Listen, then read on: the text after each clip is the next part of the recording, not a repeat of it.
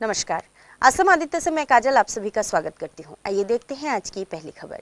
दिल्ली में कोविड-19 और corona virus के नए वेरिएंट ओमिक्रॉन की रफ्तार से दहशत का माहौल है। वहीं केजरीवाल सरकार ने मंगलवार को बड़ा फैसला लेते हुए राजधानी में वीकेंड कर्फ्यू लगाने की घोषणा की थी।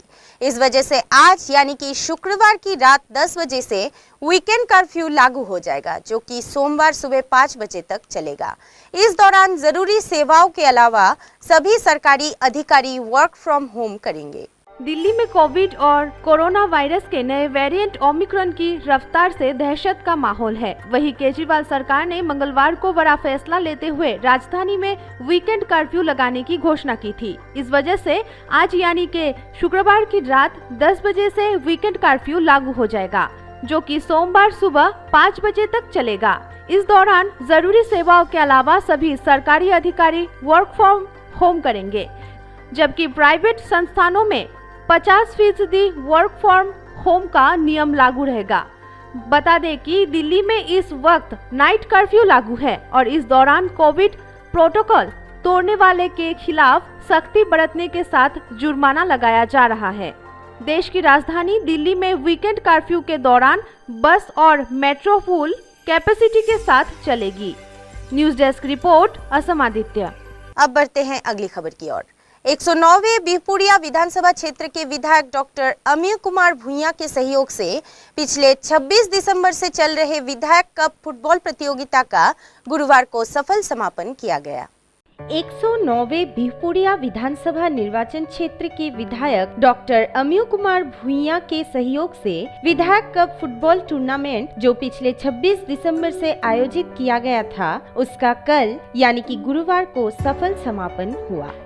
इस टूर्नामेंट का फाइनल मैच गुरुवार को नारायणपुर हायर सेकेंडरी स्कूल के खेल मैदान में खेला गया था। विभिन्न जगहों के 16 फुटबॉल टीमों ने इस मैच में भाग लिया था। इस मैच के उद्घाटन समारोह में लखीमपुर लोकसभा क्षेत्र के सांसद प्रदान बरुआ, लखीमपुर विधानसभा क्षेत्र के विधायक मानव डेका, विधायक अमीय कुमार भूइयां, बिहपुरिया के पूर्व विधायक केशवराम बोरा, राष्ट्रीय खिलाड़ी चंजीवा रंगपीर के साथ साथ कई राष्ट्रीय स्तर के खिलाड़ी और कई विशिष्ट शिक्षाविद भी उपस्थित रहे।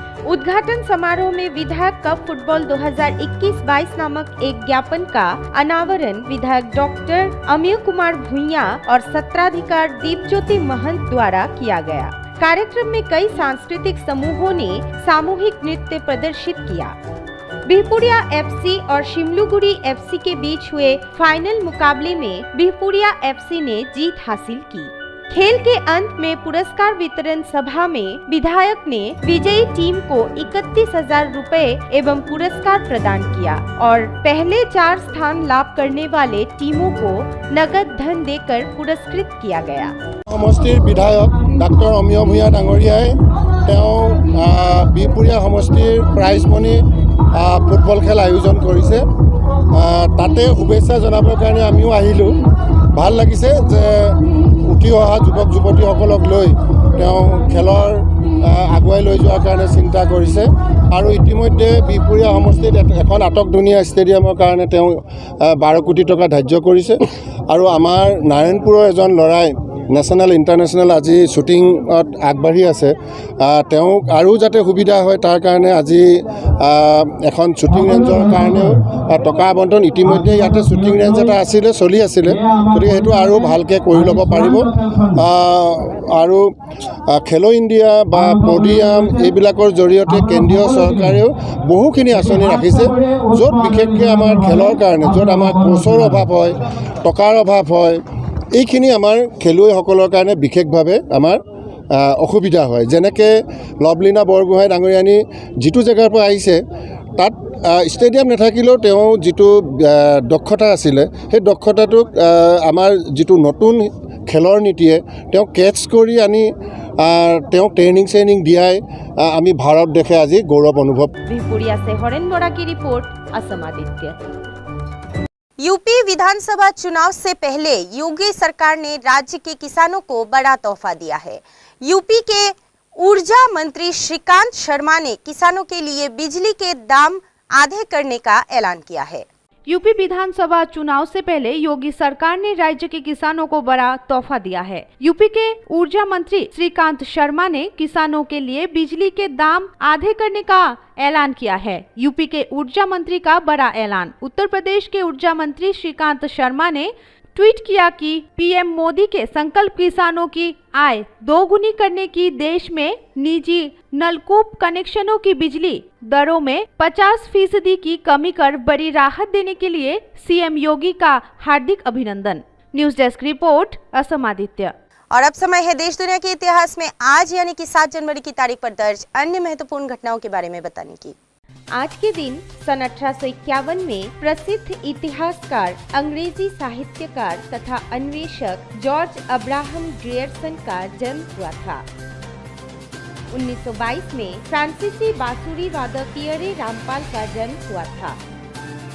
1943 में वाईफाई के जनक मशहूर अमेरिकी सर्बियाई आविष्कारक निकोला टेस्ला का निधन हुआ था। 1947 में भारतीय लेखक शोभा डे का जन्म हुआ था। 1950 में हिंदी फिल्मों के हास्य अभिनेता जॉनी लीवर का जन्म हुआ था। और इसी साल अंतर्राष्ट्रीय ख्याति प्राप्त बाल श्रम विरोधी भारतीय कार्यकर्ता शांता सिन्हा का भी जन्म हुआ था। 1957 में हिंदी फिल्मों की अभिनेत्री रीना रॉय का जन्म हुआ था। 1961 में भारतीय अभिनेत्री सुप्रिया पाठक का जन्म हुआ था। 1967 में हिंदी फिल्मों के एक महान फिल्म निर्देशक बिमल राय की मृत्यु हुई थी। 1967 में हिंदी सिनेमा जगत के किरदारों में नए सिरे से जान डालने वाले इरफान खान ने दुनिया में अपना पहला कदम रखा था। 1980 में हिंदी फिल्मों की एक अभिनेत्री बिपाशा बासु का भी जन्म हुआ था। 1980 में आपातकाल के चलते सत्ता से उखाड़ फेंकने के 3 साल से कम अवधि के बाद भी भारत की जनता ने एक बार फिर से देश की बागडोर इंदिरा गांधी के हाथों में सौंप दी थी। 1990 में पिछले 800 सालों में पहली बार पीसा की झुकती हुई मीनार को दर्शकों के लिए इस आशंका के बीच बंद कर दिया गया था कि वो कभी भी गिर सकता है। 1999 में अमेरिकी राष्ट्रपति बिल क्लिंटन के विरुद्ध महाभियोग की कार्यवाही शुरू की गई थी।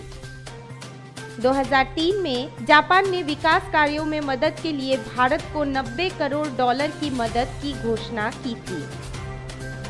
2009 में आईटी कंपनी सत्यम के चेयरमैन रामालिंगम राजू ने अपने पद से इस्तीफा दिया था। आज के लिए बस इतना ही। देखते रहिए असम आदित्य। नमस्कार।